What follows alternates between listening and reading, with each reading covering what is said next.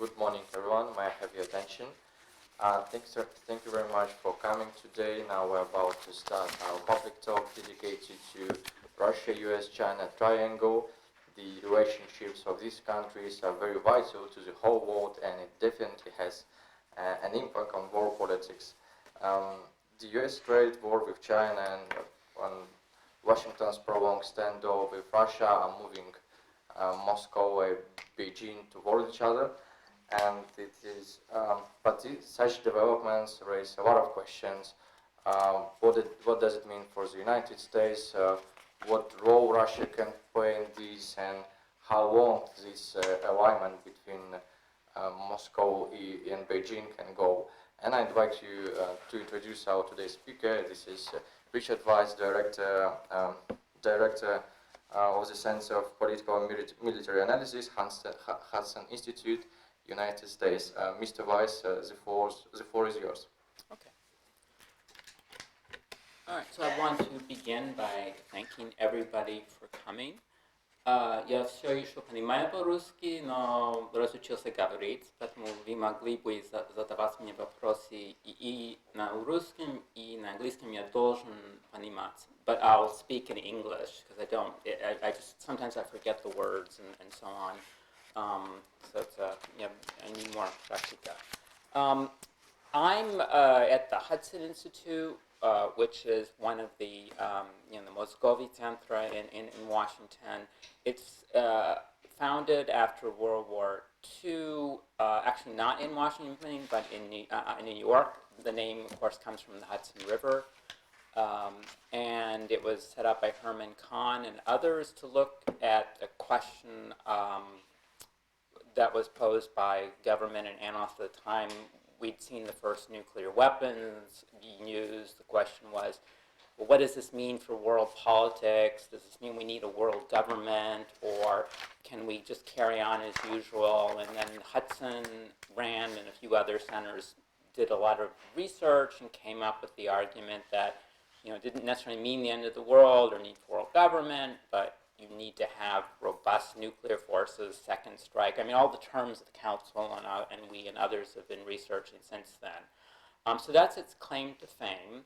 It then moved to Indiana for a while, working mostly on state and local politics, but it developed very close ties with politicians from Indiana, and that's included Mitch Daniels, who was governor and ran for president, Vice President Quayle, Senator Lugar, and then more recently, Vice President Pence. And so Hudson is best known in China if you go there, because Vice President Pence made a speech last year, which is the Chinese refer to as Churchill's Cold War speech against China. And we just hosted Secretary Pompeo, who made another critical speech of China. And so Hudson has been naturally very interested in this Russia-China-U.S. relationship. I should, of course, affirm that I don't represent the Institute. I think I disagree with my colleagues on some issues, but that's the same at the Council, same everywhere. We're sort of independent scholars affiliated with a center that gives us a lot of support and so on, but they don't necessarily share all our views. I don't represent the U.S. government and so on. The support that I get for this research comes primarily from the John D. and Catherine T. MacArthur Foundation. They've been very concerned about something I'm going to get into, which is the decay of the existing non-proliferation arms control structure, and how can Russia and the U.S. sustain and perhaps rebuild that, and then China, of course, plays an important part there too. I don't know Chinese, so I've always had a challenge with that part of my research in the Russia-China-U.S. triangle, but we've had a lot of good students, either American or Chinese, or Chinese that moved to the United States and then became American and so on. So I've had some impact, but that's always pretty much a weaker dimension. So what I'll do is I'm going to lay out, I think I'll try and talk to only about 30 minutes or so, because I really want to get discussion and hear your own views. That's why I'm here for a week and a half. I should mention I'm here for this non-proliferation conference that starts tomorrow. And I'm also here as a guest of Ingimo. They had me teach a course on this Russia-China-U.S. triangle as well. So I'm going to talk a bit about the history and some of the world views. I'm going to talk about some of the areas I know best, which would be some of the the security issues, the defense ties, the arms control relationship. I'll go into some of the regional issues, perhaps Korea, Iran, Central Asia, and lightly, unless you press me, leave aside some of the other issues, particularly the economic ones, which I know less well. And but I'd be interested in hearing your views on any of these issues or others. So what's really interesting to me about this relationship is it's a bit unusual, the way the Russia-China-U.S. triangle has developed. I mean, first, it's a bit ahistorical. We've never had a situation when all three of these countries were so influential at the same time. In various times, the U.S. has been a dominant power, or Russia, or if you go back earlier, it would be China. But now they all are very important in many dimensions. I mean, militarily, it's clear the U.S. and Russia are perhaps the strongest nuclear powers, but China has a very strong conventional force, and as they were showing off in their recent parade, are also getting the strong nuclear capacity. The China and U.S. economies are perhaps most important globally, but Russia is very important in certain dimensions, oil and gas and arms, and particularly in Eurasia, for many of the countries here, Russia is a key player. And then, they're all important world languages. They all have a lot of influence in world culture in different phases and different areas. The thinking in the U.S. and the internet and the academic community for a while was we wouldn't see the unprecedentedly close relationship we're seeing now between Moscow and Beijing. There was thinking that for various reasons, the fact that China, for example, its most important economic partner was the United States, the fact that there's a legacy of mistrust between them, the fact that each of these countries have nuclear weapons, so they're pretty much guaranteed against attack from the U.S. They don't necessarily need to combine together to balance that. And then finally, the thinking that the U.S. was providing these sort of global goods, keeping open freedom of the seas, and so on. All these reasons would mitigate the standard tendency we've seen of other countries combining together to balance the dominant country. And this is speaking basically at the end of the Cold War. And that went for a while. I mean, it took a while for the Russia-China alignment to balance the U.S. to occur. I mean, I think in the 90s we had a Russian government which was trying to become part of the Western Western Bloc. Certainly, they reached out to China, but it wasn't a priority. I think Yeltsin and Khrushchev really wanted to become part of the Western community, and that was where they were focused on. At the same time, the Chinese were focusing inward because of some of the problems they had in Tiananmen and so on. And were cautious about engaging in foreign confrontations or much foreign activity. But over time, in recent years, we've seen a moving together of Russia, China, and the U.S. And each year it grows, particularly in the security dimension, more, much closer than I ever would thought possible. And in the ideological realm, it's clear that Russia and the Russian and Chinese governments, the current, insofar as they have official statements on their foreign ministries or national leaders, they share a similar view on many issues. There's a concern about U.S. and Western countries not following the UN, want to put a lot of emphasis on UN veto, concerned about colored revolutions. I think that the current Chinese leadership has adopted the Russian position on this. What happens in Hong Kong, for example, is due to Western interference rather than domestic issues. We've seen a very strong emphasis on traditional interpretations of international law and national sovereignty, a focus on democracy between states, not within states. So a lot of, not basically the argument that countries should pursue their own paths of development without foreign interference, but in terms of deciding what should be the rules of the world, it should include, it should be basically decided by all countries on an equal basis, or with equal appreciation, at least of Russia, China, and the U.S. as the most important countries. This worldview is also manifested in their joint declarations, and we've seen every year or so there have been a significant statement about their principles, and they reaffirm these. We've seen this in alignment in the UN voting. It's often the case that Russia and China will either vote together on an issue, or if one country will veto it, the other may join that veto, or at least just abstain.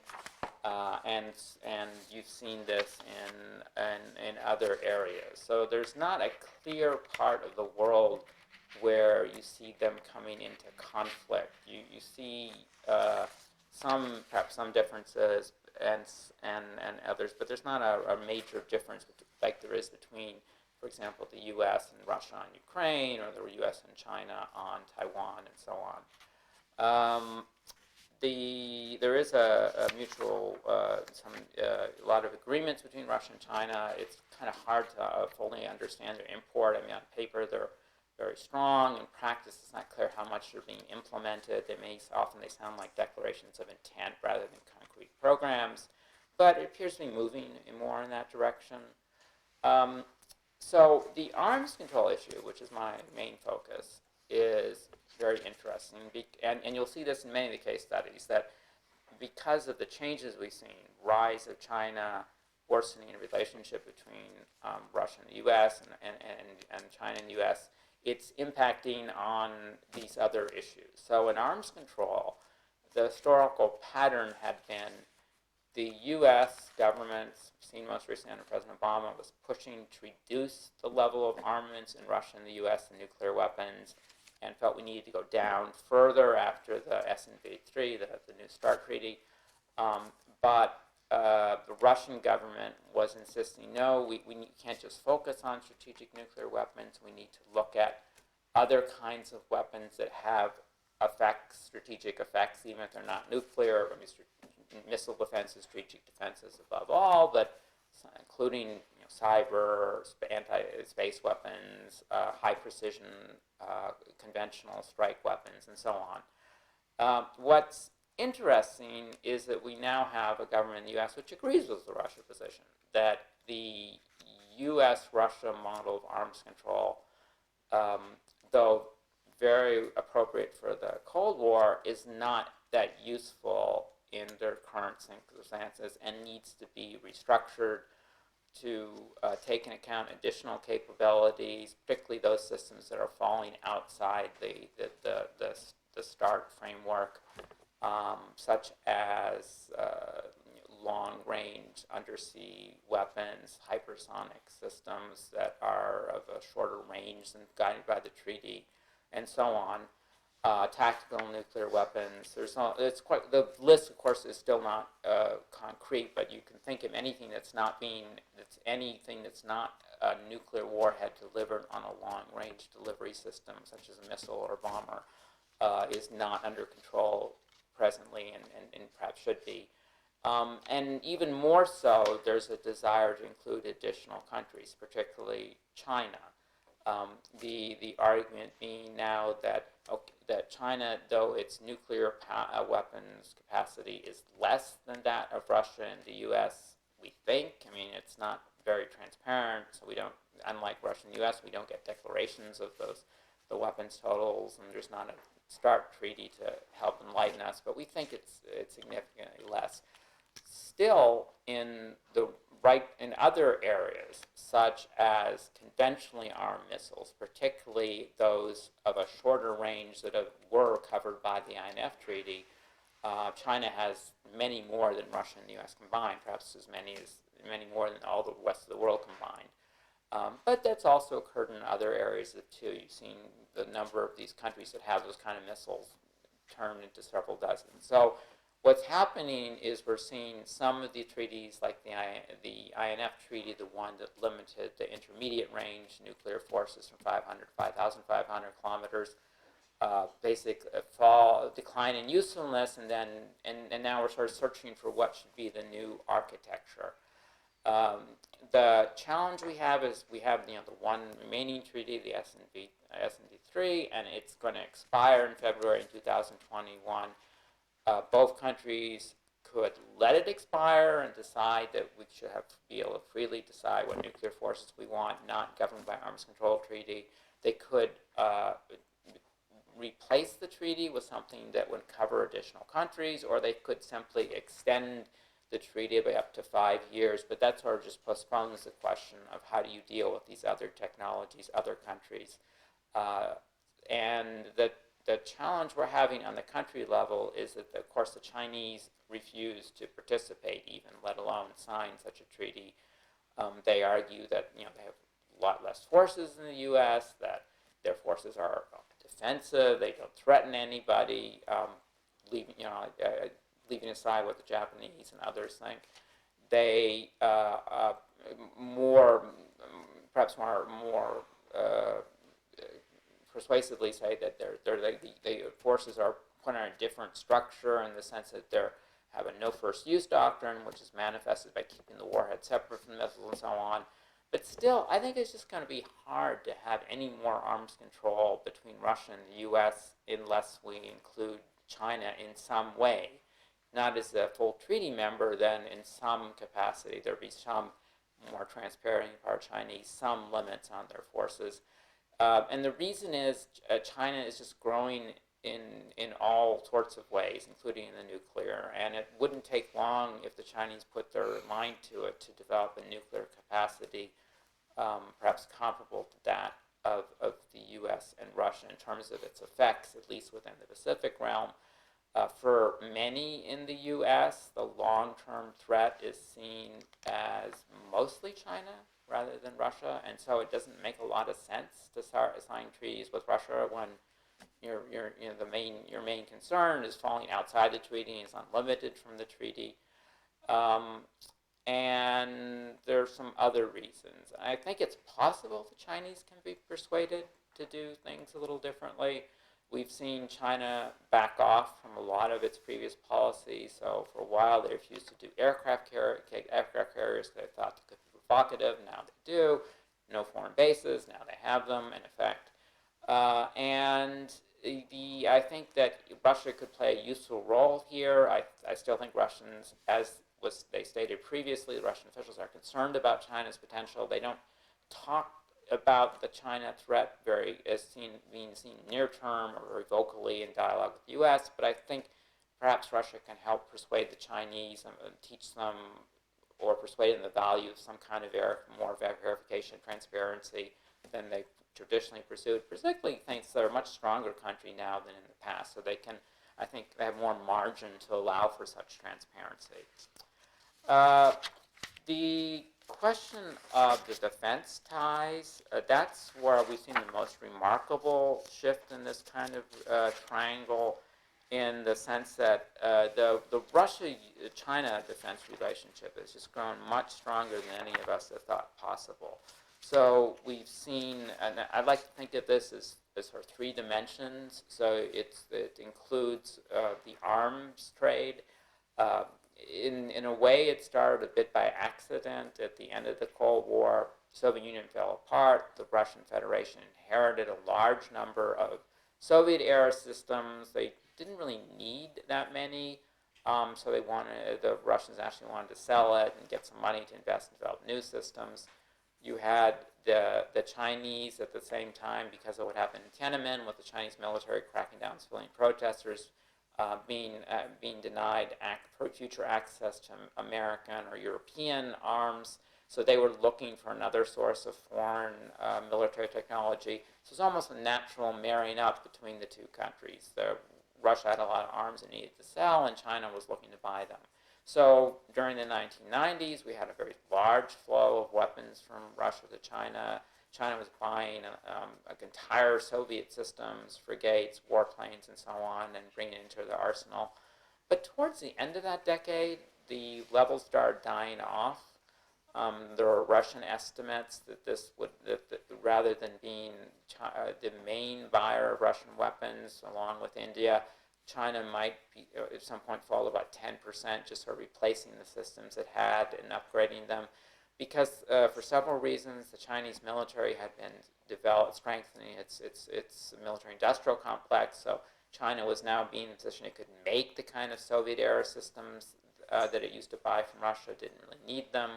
There was, of course, a lot of indications that the Chinese had been skilled at copying the weapons that had been provided, so that taught them the blueprints and how to make these kind of weapons. They didn't need to purchase any more from Russia. And that naturally aroused Russian concern. Chinese were pressing the Russians to sell them more advanced systems. The Russian government was declining because of the copying concern and perhaps other concerns about how that would affect the Asian balance and so on. But then, after Ukraine, U.S. sanctions, and so on, Russian government relaxed some of its restrictions, was willing to sell China much better systems than in the past. Basically, newly developed Russian weapons rather than just Soviet-era weapons, the Su-35, the S-400, and so on. And China was again content to buy entire Russian weapons systems rather than just demand that there be technology transfer or parts. I think the Chinese were concerned about the gap between their forces and the U.S. and were looking for something to help fill that gap until they could develop their own kinds of advanced fighters and air defense systems. And this relationship is still very strong. We've seen it with the recent announcement by President Putin that Russia is assisting China to develop its early warning system.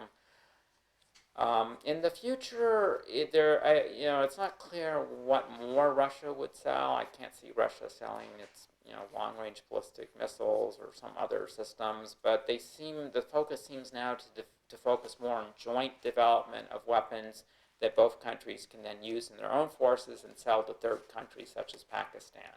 So now it's focusing on dual-use systems, something that can be used for civilian as well as military purposes, such as helicopters and airplanes.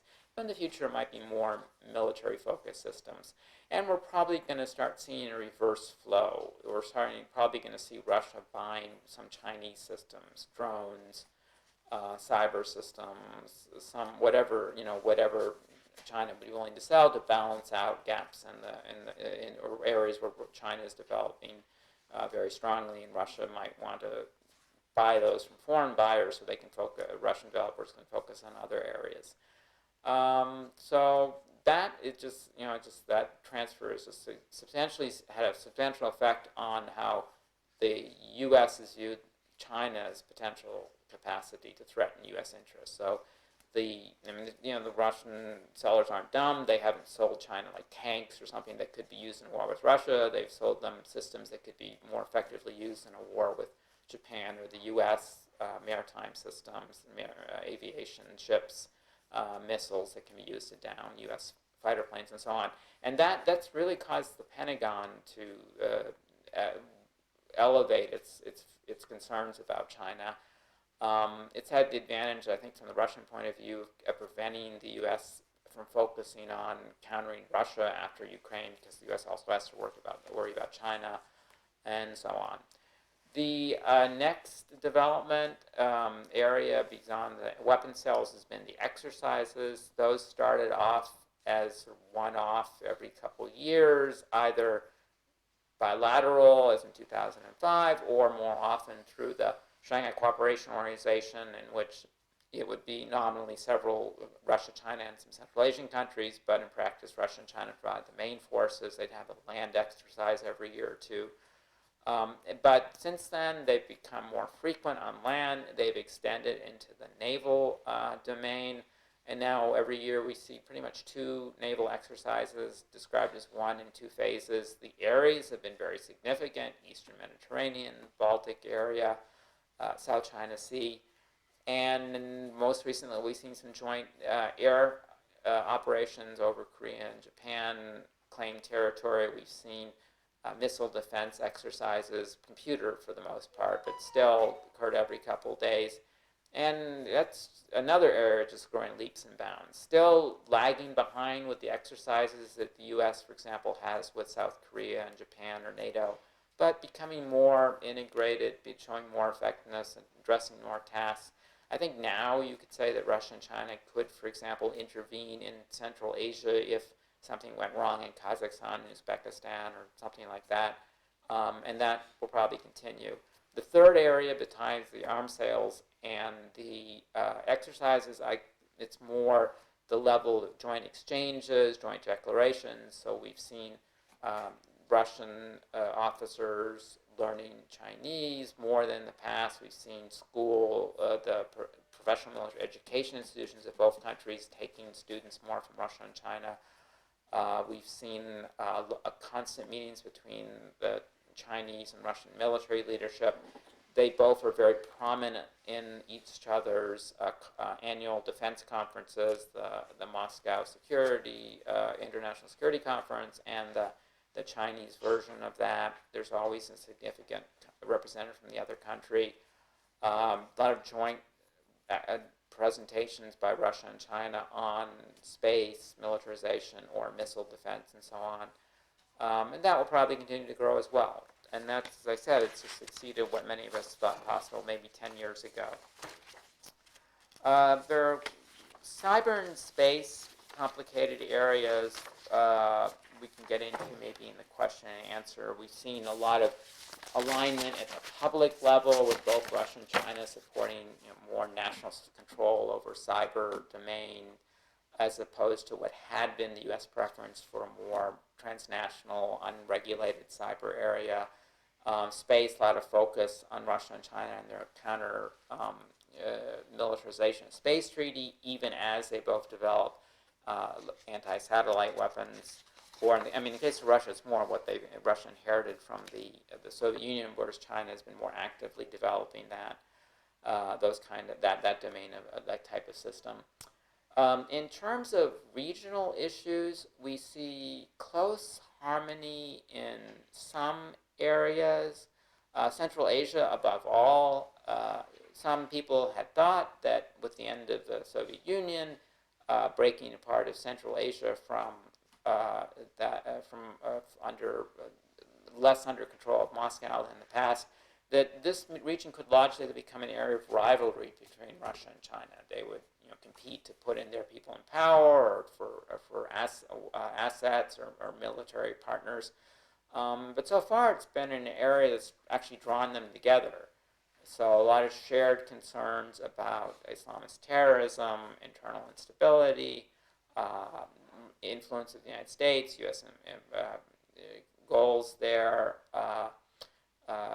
somewhat on concerns about Iran or Turkey or other countries, their influence there. Economic deals, Russia, I think for a while, tried to constrain China's economic activities in Central Asia, or at least the growth of them, through, for example, the Eurasian Economic Union. But my impression is since in the recent years, the Russian government sort of given up on that and decided it's better to have China assume a dominant economic role there rather than the West, and it brings security benefits because if the country's economies improve, perhaps that will lessen the attractiveness of a source of alienation that could be used by Islamists to recruit people. The Chinese are also very clever in terms of making sure that there's always some Russian partner in any kind of large consortium they have. So they'll have some kind of oil or gas project, and Lukoil will be there along with the main Chinese companies. And so that's managed pretty well, particularly through the Shanghai Cooperation Organization, sort of the framework that they can use to Russia can show China that it's comfortable with its growing role in Central Asia, and the Chinese can say whenever they do something in Central Asia, it's part of it's part of their commitment to the Belt and Road more recently, or the Shanghai Cooperation Organization, and it's not directed against Russia. Chinese have been cautious also about challenging Russian military primacy, so reluctance to sell weapons to these countries or develop anything beyond a lot of border cooperation, internal security cooperation. That could change. In theory, I suppose you could see an upheaval in one of these countries threatening important Chinese interests, economic, but primarily security, what could happen in Xinjiang, for example, Russia not being able, in the Chinese views, to suppress or control that disturbance, and so China deciding it had to take a more assertive role in Central Asia, as it's done in other parts of the world, to defend its interests, and that arousing Russian concern. But so far, Uzbekistan transition's gone better than many of us had thought. Kazakhstan still a work in play, but it seems to be, it's not expecting a major crisis that would force Russia or China to intervene militarily. Beyond, though, Central Asia, then it's a little trickier, since in some areas you see Russia and China doing their own thing with not really clear coordination at all. So I would say Africa, China is very involved economically in Africa and diplomatically. Russia's started to become very involved. I think the council's had some work on that. I know Valdai has as well. But it's still, it's not anywhere near the extent that China's been involved, and it's often focused on military security or some other areas.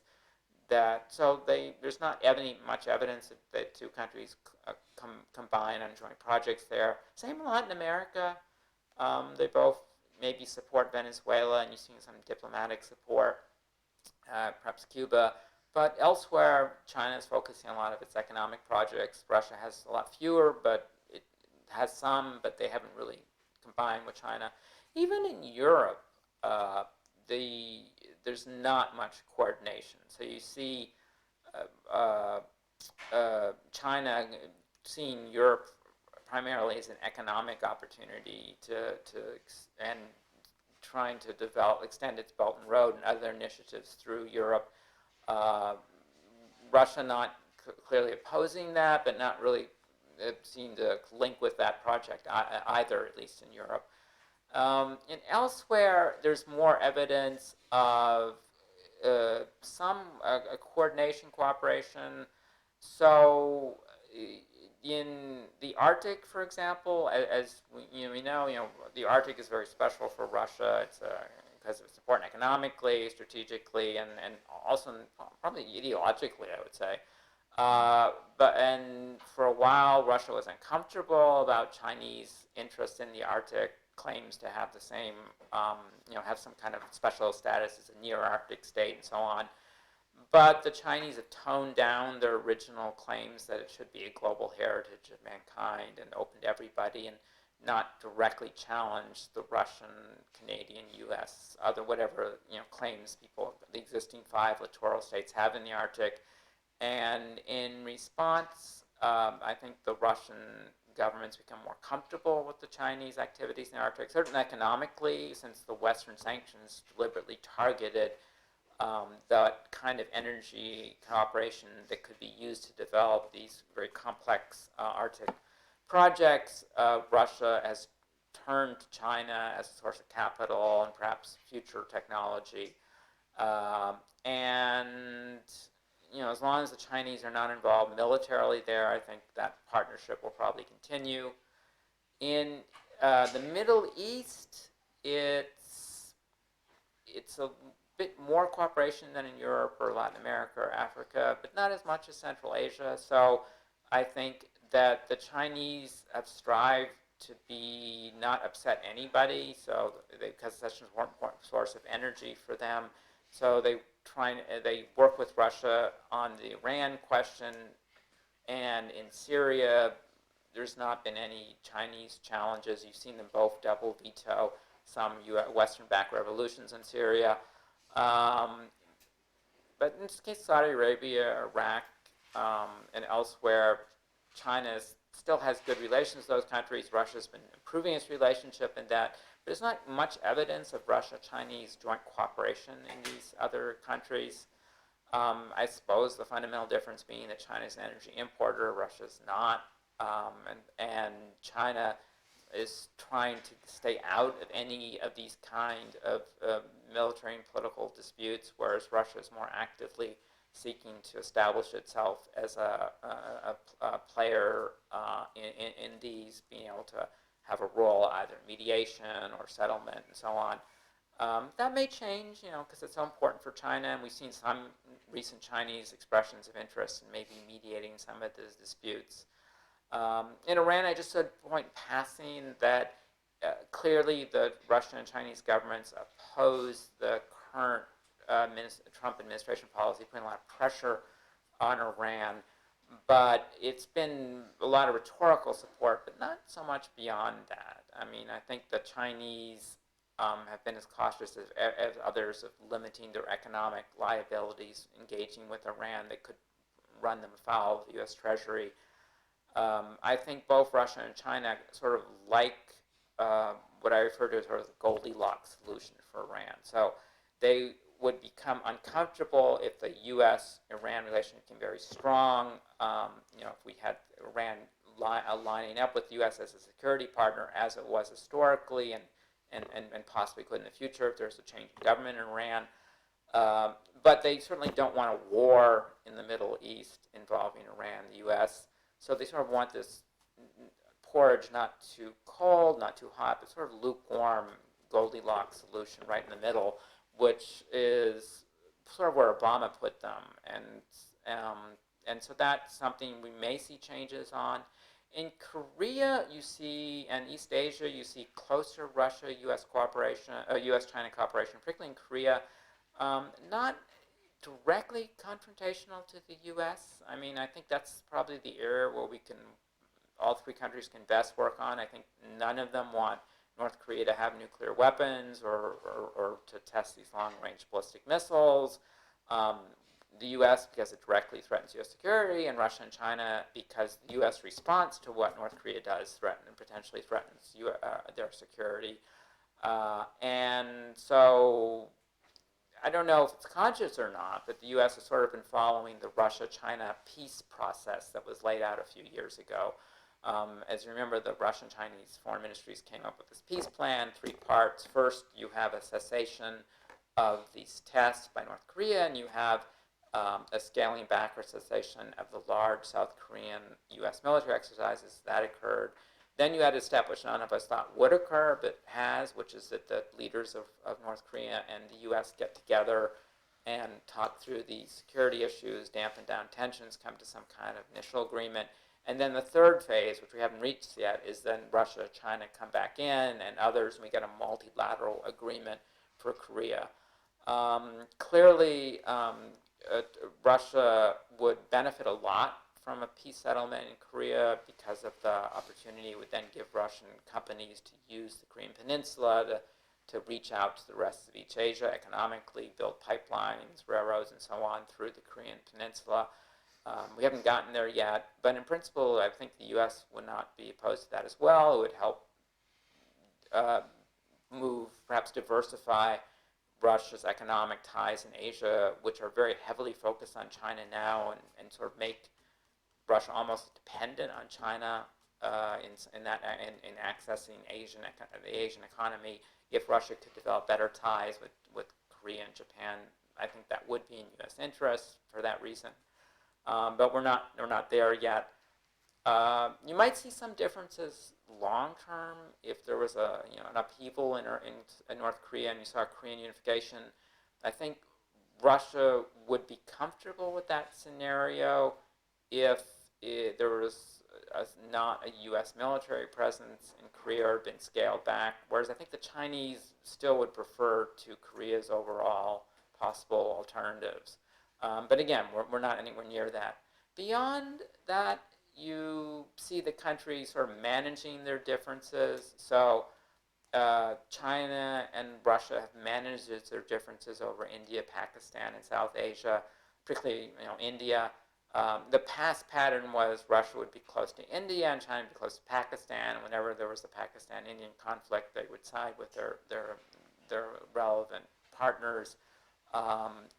In recent years, the India-Russia relationship has atrophied a bit. India has moved a bit closer to the U.S., whereas Pakistan, even more so, has moved away from the U.S. and closer to Russia, even in the military realm. So this is a bit in flux. I think the sign that they're managing this was evident when they allowed the Shanghai Cooperation Organization to expand a couple of years ago. Both of them joined, and they, that seemed not to have they seem to have managed that process fairly successfully.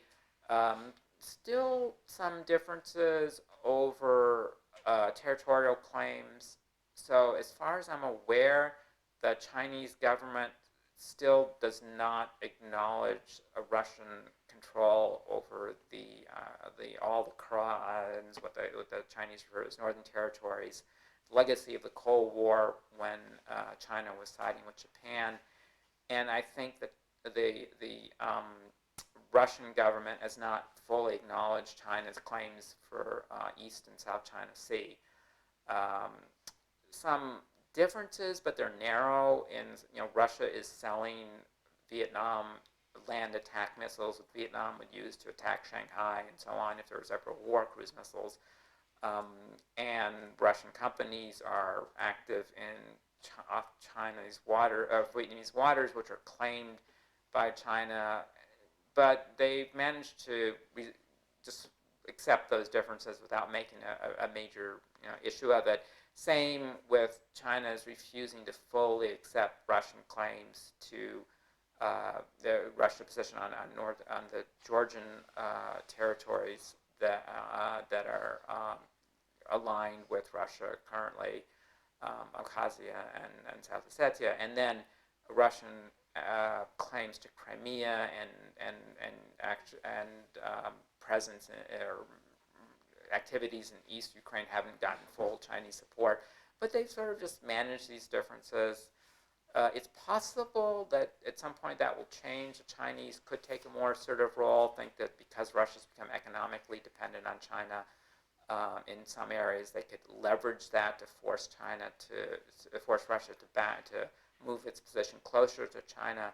But that's kind of risky because both countries, that the relationship with each other is somewhat unique in that they have more problems with all their other neighbors. So it doesn't make sense in the near term for either of them to alienate the other. Economically, I'm not going to get into much detail. In terms of there's an asymmetry in that for Russia, China is its most important economic partner, but that's still not true for the case for China, though it may be shifting over time. It's not clear how that will proceed in the future. There's a lot of plans, I know, to integrate their Silk Road, Eurasian economic integration visions, but it's not clear if that's moved much beyond the conceptual stage. But maybe you guys can help me understand that process better, because I just don't know it. So I think at this point we'll turn over to comments and questions. Thanks so much, Mr. Weitz. Ladies and gentlemen, we come to the Q&A session. So I remind you, you can ask your question in Russian, but don't forget to mention your name first. Yep. First question, please.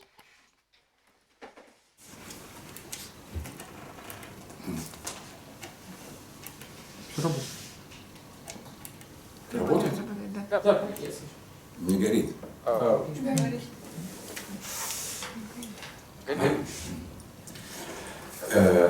My name is Alexey Portansky. I'm from High School of Economics. I think you are invited also by our university in some days, but Today at 4:30. I won't be able next time. So I have, first of all, thank you very much for your speech.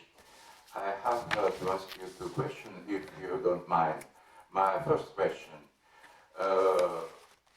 In the 70s, one of the outstanding diplomats of the 20th century, Henry Kissinger, said the distance between Washington and Beijing must remain shorter than the distance between Beijing and Moscow. That was the message to former administration. Do you believe this is a good advice also for Trump administration? And my second question concerns the Chinese missiles. Some time ago, China settled the ballistic missile near Russia border in Far East. how do you think this is, in what measure this is a problem for Russia, and in what measure this is a problem for the United States? Thank you very much. Sure. Yeah, the triangle is, Kissinger, well respected, he, of course, played the triangle to good use during the Cold War. As you remember, the U.S. and Soviet Union and China and Soviet Union had some serious differences. Both were concerned about Soviet expansion, Soviet activities, and particularly after the Soviet invasion of Afghanistan, even before then.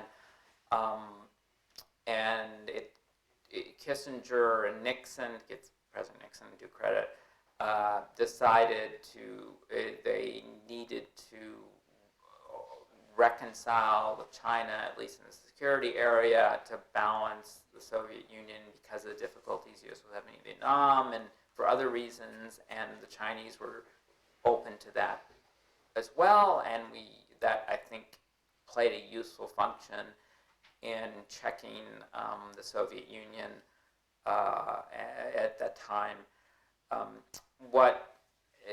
Since then, it's been you've had this process by which it's been very fluid. So at the end of the Cold War, I think the U.S. and Russian leadership generally wanted to reconcile, but because of NATO expansion and other issues, it just didn't occur. You had, of course, Primakov, who I guess I've seen a lot on TV on Primakov's. I guess it was is an anniversary of his death or something. Yeah. So he was well known, of course, for trying to do the Russia version of that, align Russia, India, and China against or to counter the U.S. And the U.S. at times has tried to play off the China-Russian divisions. For a while, the U.S. though the policymakers didn't think a lot about Russia and China. It sort of downplayed the potential of that alignment for the reasons I gave in the beginning. And so you had the U.S. pursue efforts to overcome what happened in Tiananmen, to reconcile with China, and you had the U.S. try and partner with Russia on various issues. But there wasn't much thinking about that China-Russia relationship. I would say that under Obama, though, there was a recognition that these countries were moving together, but again, it was downplayed the significance. President Trump, when he was a candidate, sort of stood out for his concern about this. He said it had been a mistake for the U.S. to confront both Russia and China together. Maybe Kissinger was giving him this advice, but and that was his argument, I think, why he wanted to pursue better relations with Russia. In the short term, Russia was important for countering terrorism, which was the immediate threat to the U.S. Longer term, you wanted Russia's support against Iran, or at least pulling Russia away from Iran. And then the longer term, he felt it was important to not push Russia and China together. And that was part of the arguments, of course, he made for perhaps he said remove some sanctions, regularize the situation in Ukraine, and so on, Syria. That didn't work, as for reasons I think we all know about. And I will say, at that time when I was here, for example, the Valdai meeting, and after Trump's election, there was a lot of thinking that, from the part of the Russian expert, that finally Russia's going to be in the pivotal place in the triangle. So, we have a U.S. president who's trying to move closer to us. We have the Chinese very concerned about what Trump was saying about China and wanting to move close to Russia, and then Russia would be able to finally play off the two for various concessions and so on. And that lasted for about 6 months. And then the U.S. has reverted back to this policy of confronting both countries. There's a lot more, though, consciousness in the U.S. about this Russia-China alignment in the last few years. You've seen a lot in the national security documents, statements about both Russia and China being the leading revisionist powers, challenging U.S. primacy. You've seen a lot of congressional studies and projects launched to analyze it, but the U.S. is in a tough situation if it wants to try and break this apart. So the U.S. could do what it's doing now, is confront both countries simultaneously, but the obvious problem there is that just drives them together. We could do what Obama did, which was try and work out and not directly challenge either. This is before Ukraine and so on. But then you sort of, if you don't pay any attention to this relationship, that also doesn't seem to help stop it. You could try and play one off against the other, as I think President Trump wanted to do, move closer to Russia, and others have advocated doing with China. But that's kind of obvious, and the country that's in the pivotal, the good, being wooed by the U.S. is going to try and exploit that to benefit itself at the expense of both countries. So there's no clear answer on what should be the U.S. policy. So yes, Kissinger's right. Trump, the triangle is really important, and the best situation would be is if the U.S. was seen as the closest partner of Beijing and Moscow concurrently. But I don't know how we're going to get there. I mean, from where we are here, not in my lifetime. You guys are Maladia, maybe in your lifetime, but it's not going to happen in the next few years. The missiles in the Far East are interesting. So what China did was it put some of its longer-range ballistic missiles near the Russian border, and there were some Russian U.S. media saying, "Oh, look, China's concerned about Russia, wants to threaten Moscow." I don't know. It looks more like the Chinese were just trying to put their countries away from the coast as far inland as possible, and just to give them a bit more warning time of a U.S. attack, to diversify their locations. So many of their missiles now are close to Taiwan, for example. I just don't see the Chinese military doing anything deliberately to threaten Russia under current circumstances or vice versa. You know that the Vostok exercises were often seen in the West as being designed to allow Russia to counter China, and they would serve that purpose, but now we have the Russians inviting the Chinese into the military exercise just to show, no, that's, we want to be your friends and so on, and sort of a reassurance. So at some point, Russia and China may start seeing each other as a threat, but it's not going to be in the next few years. It will have to be longer term. Okay, thank you.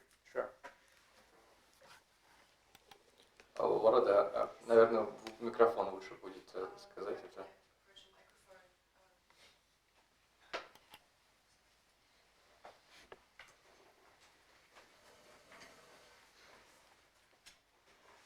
Mr. Weitz, thank you for finding the time to come over to the REACT office. Thank you for a very, very fascinating speech. I'm going to jump right into my questions. So you spoke about two kind of contrasting ideas regarding the China-Russia relationship. The first one being how Russia is helping China develop its military capabilities and even holding joint military exercises. And then we see on the other hand, your idea, your concept of Russia somehow being able to help convince China to join these regulatory treaties, and in essence, possibly limit its military capabilities. So my question to you would be, what is your vision of this very thin line between Russia promoting Chinese military development, but also ensuring that China is in line with international treaties and kind of follows the lead of other world powers in that aspect? Thank you.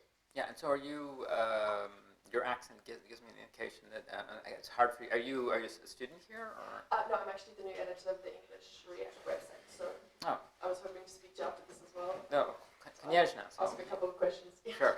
Yeah, no, okay.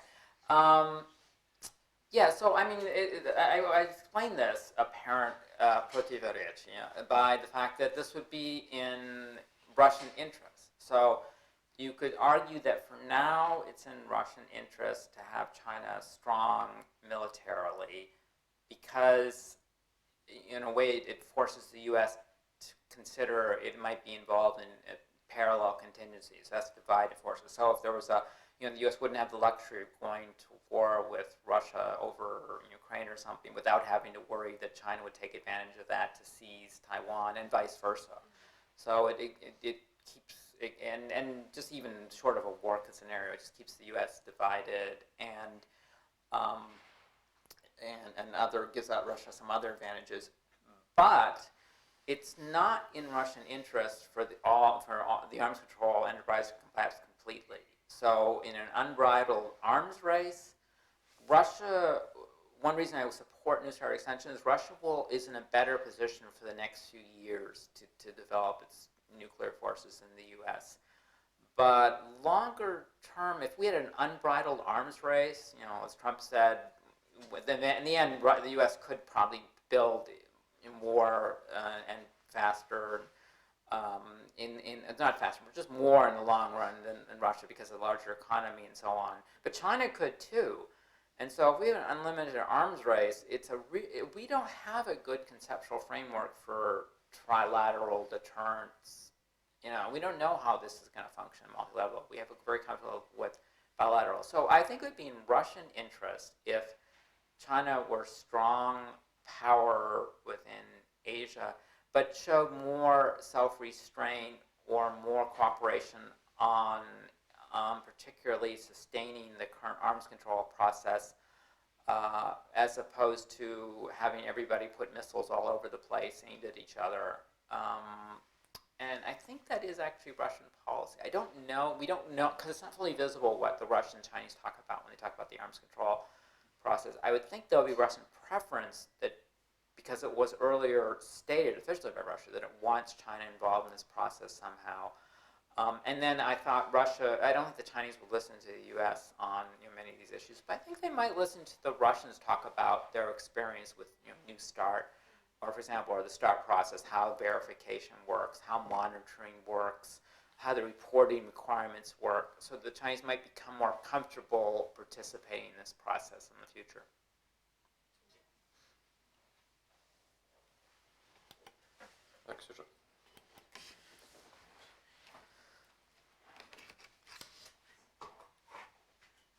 So first of all, thank you so much, Professor Weitz, for a very interesting lecture. I think you've briefly mentioned the issue of growing Russia-China cooperation in the Arctic. I was wondering how China's growing advances to the Arctic, they not only concern Russia, I think, but also northern European countries. And in the last, I think, 10 years, 5 years, China's interest to the Arctic has grown dramatically with these new Arctic policies, economics, and other transport cooperation have grown. But how is it seen from the U.S., whether it is already seen as a threat or it's been on the margin of the U.S.'s perception of China's activities? Yes. Under previous administrations, it was not seen as an issue. As you know, the Obama administration has a lot of emphasis on scientific cooperation and not military, not importing the tensions elsewhere into the Arctic. And that, under the current administration, there's an explicit concern about a China threat. Secretary Pompeo made an important speech laying out the administration's policies when at the Arctic Council meeting, I want to say earlier this year, in which he said that Chinese claims to Arctic status are, he was very disparaging, like meaningless. They have less and no value whatsoever. There's no such status. Concerned about China ruining the ecology of the Arctic if it tries to exploit it. Warning Europeans about China's Arctic ambitions. So the U.S. has been the most vocal about concerns about China's presence in the Arctic of all the countries. This may explain President Trump's brief interest in buying Greenland. It's still not quite clear what he had in mind with that, but that would be a logical reason if we're looking for one, why the U.S.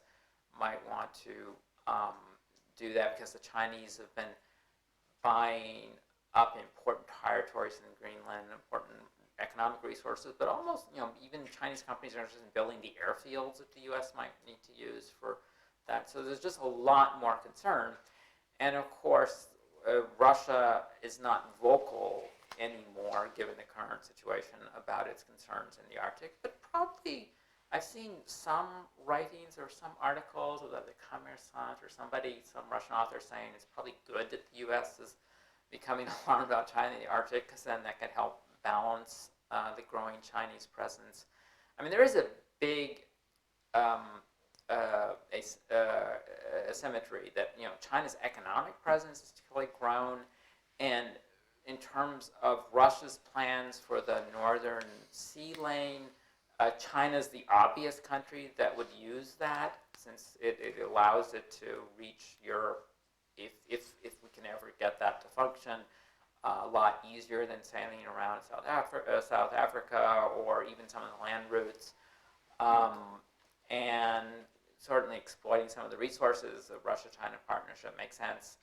But the Chinese have been also, though, not active militarily in the Arctic, so that hasn't challenged Russia's position there. So for now, it seems it's going to be the U.S. take the lead. NATO is sort of hamstrung in that the Canadians at least don't want NATO to assume a major role there. And then, of course, you have divisions a little on some of the Arctic states. Some are NATO members, some are not more, or don't. And so, yeah. So the U.S. If you give me your card or something, I'll send you the reference to Secretary Pompeo's speech. There are a couple other important documents. And I forgot to. If you don't have to tell me who you are, but if you could, it'd be useful for me to know. So are you a researcher here? I'm actually, yeah, I'm from REAC. I'm heading the China and Asia Pacific portfolio here. Any questions, colleagues? Okay, I have one more question. It's rather naive, but still. It's about the arms control regime and the INF Treaty. Though the INF Treaty bound just two countries, Russia and the United States, as well as New START Treaty, and the main point of the United States, why there is no China in this. So in your opinion, would it be possible to have in the near future to have a comprehensive treaty that will include China as well? And as the next question, why does China refuse to join any arms control treaty? Sure. So, yes, it's possible, but it can't be. I mean, the Chinese, so far they've been good about not doing this, but they could just fairly easily say, okay, we'll join New START, but then we get the same limits you do. So we can have 100 warheads and 700 missiles, and that wouldn't really work either. So it's got to be a way to bring China into this process, but not a little different than New START. So, and this is where we're all struggling. So maybe it could be we have the next treaty would limit the total number of missiles country could have. They could fly, say, over 1,000 kilometers. And then countries are free to choose whether they want long-range ballistic system missiles or shorter intermediate range, whether they want to put a nuclear warhead on them or conventional. And in theory, you could come up with a model that would include China as a formal member.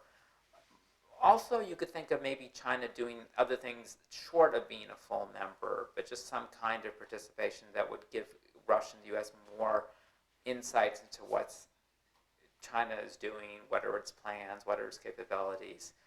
I think that's almost necessary because I just can't see the U.S. Senate ratifying another arms control treaty just between Russia and the U.S., without China being involved. We also have to figure out what to do with Britain and France and India and Pakistan and so on, but we'll just put that aside. I think the easiest thing to do is just include them all, but Russia and China would have to go along with that. I think that would be the U.S. preference.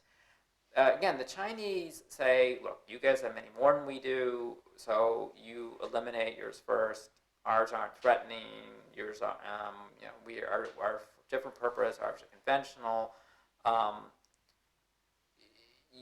Even in the INF system, where they have thousands compared to the U.S. and Russia having maybe hundreds, they do point out that the INF Treaty only banned ground launch systems. So as President Putin pointed out, now Russia has the same as US. They can launch these kind of cruise missiles by ship. We've seen them active in Syria. So the Chinese wouldn't just accept limits on ground launch systems. It would have to include the ships, but those are all over the place. So you'd have to include all the ships. So it's possible it'll be difficult. I think the Chinese perhaps could reverse their position, because I don't think it's in China's interest either to have an unconstrained arms race. I mean, if U.S. can stick missiles all over Asia aimed at China, that doesn't really benefit China. If it's an unconstrained arms race, the U.S. could probably run ahead of China as well as Russia. Although all three countries can develop a lot of nuclear forces. I think that's just a less safe world. And so it's possible the Chinese will change their position. They've changed their position on other important issues. But whenever we go, U.S. and so on, they just refuse to talk about it or dismiss it. So I think it's got to be. I think Russian experts, Russian government can help reach people that just tune out the U.S. interlocutors. But maybe not. Who knows? It's going to take a while. I mean, the Chinese. I mean, it's clearly in China's advantage that Russia and the U.S. are constrained by arms, and China is not. So we got to somehow overcome that problem. Okay, thanks so much. Any questions? Or Zemachani, if you want to make remarks or any comments? I guess so. If you don't have any questions or comments, we come to an end. So thanks so much, Mr. Weitz, for a very informative and interesting talk. Thank you so much, the audience, for the active participations. Hopefully the presentations will be beneficial for everyone. And thanks again.